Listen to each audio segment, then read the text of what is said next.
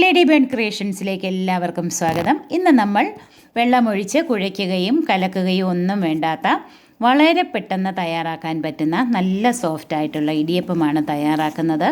അപ്പോൾ ആദ്യമായി ഈ ചാനൽ കാണുന്നവർ ദയവായി ഒന്ന് സബ്സ്ക്രൈബ് ചെയ്യണം. മറക്കാതെ ബെൽ ബട്ടൺ ക്ലിക്ക് ചെയ്ത് ഓൾ ഓപ്ഷൻ കൊടുക്കണം. ബാക്കി വന്ന ചോറ് അല്ലെങ്കിൽ പുതിയ ചോറ് വെച്ചും ഇത് തയ്യാറാക്കാം. ഇതിനായിട്ട് കുത്തരിച്ചോറോ വെള്ളച്ചോറോ എടുക്കാം. ഞാനിവിടെ കുത്തരിയുടെ ചോറാണ് എടുത്തിരിക്കുന്നത്, തവിടുള്ള അരിയുടെ ചോറ്. ഒരു ബൗളിലേക്ക് നമുക്ക് നൈസ് അരിപ്പൊടി 1 കപ്പ് ചേർത്ത് കൊടുക്കാം. ഇടിയപ്പത്തിനും പത്തിരിക്കുമൊക്കെ എടുക്കുന്ന തരിയില്ലാത്ത അരിപ്പൊടി. അതിലേക്ക് 2 കപ്പ് ചോറ്, വെള്ളമയമൊന്നും ഇല്ലാത്ത ചോറ് ചേർത്ത് കൊടുക്കാം. ഇതിൽ നമ്മൾ ഒട്ടും ഒരു തുള്ളി പോലും വെള്ളം ചേർക്കേണ്ട ആവശ്യമില്ല. ഒട്ടും കുഴയ്ക്കുകയോ ഒന്നും വേണ്ട. ഇതിലേക്ക് നമുക്ക് പാകത്തിന് ഉപ്പുപൊടി ചേർത്ത് കൊടുക്കാം. ഉപ്പുപൊടിയും കൂടെ ചേർത്ത് കൈ കൊണ്ടോ സ്പൂൺ കൊണ്ടോ നമുക്കിത് നന്നായിട്ടൊന്ന് മിക്സ് ചെയ്തെടുക്കാം. മിക്സ് ചെയ്ത് വരുമ്പോഴത്തേക്കൊരു പുട്ടുപൊടിയുടെ പരുവത്തിൽ ഇരിക്കും.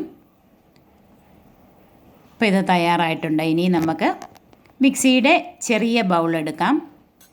അതിലേക്ക് 2-3 സ്പൂൺ വീതം ചേർക്കാം. ഈ വലിപ്പത്തിലുള്ള സ്പൂണ് മിക്സിയുടെ ഒരു 1/4 ഭാഗം, ബൗളിൻ്റെ ഒരു 1/4 ഭാഗം ചേർക്കാം. എന്നിട്ട് പൾസ് മോഡിൽ നമുക്കിതൊന്ന് പൊടിച്ചെടുക്കണം. പൊടിച്ച് അത് നന്നായിട്ടൊന്ന് അരഞ്ഞ് വരും, ഫൈൻ പേസ്റ്റായിട്ട്. ഇനി അരച്ചതെല്ലാം കൂടെ നമുക്ക് ആ ബൗളിലേക്ക് തന്നെ ചേർത്ത് കൊടുക്കാം.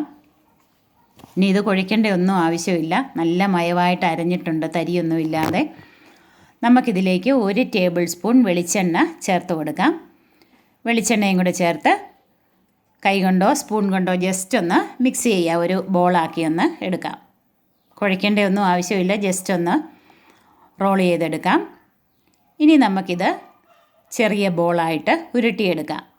നമ്മുടെ സേവനാഴിയുടെ വലിപ്പത്തിനനുസരിച്ചുള്ള ബോളായിട്ട് ഉരുട്ടിയെടുക്കാം. സേവനാഴി എടുത്ത് അതിനകത്ത് ഓയിലൊക്കെ ഒന്ന് പുരട്ടണം. എന്നിട്ട് മാവിട്ടിട്ട് നമുക്ക്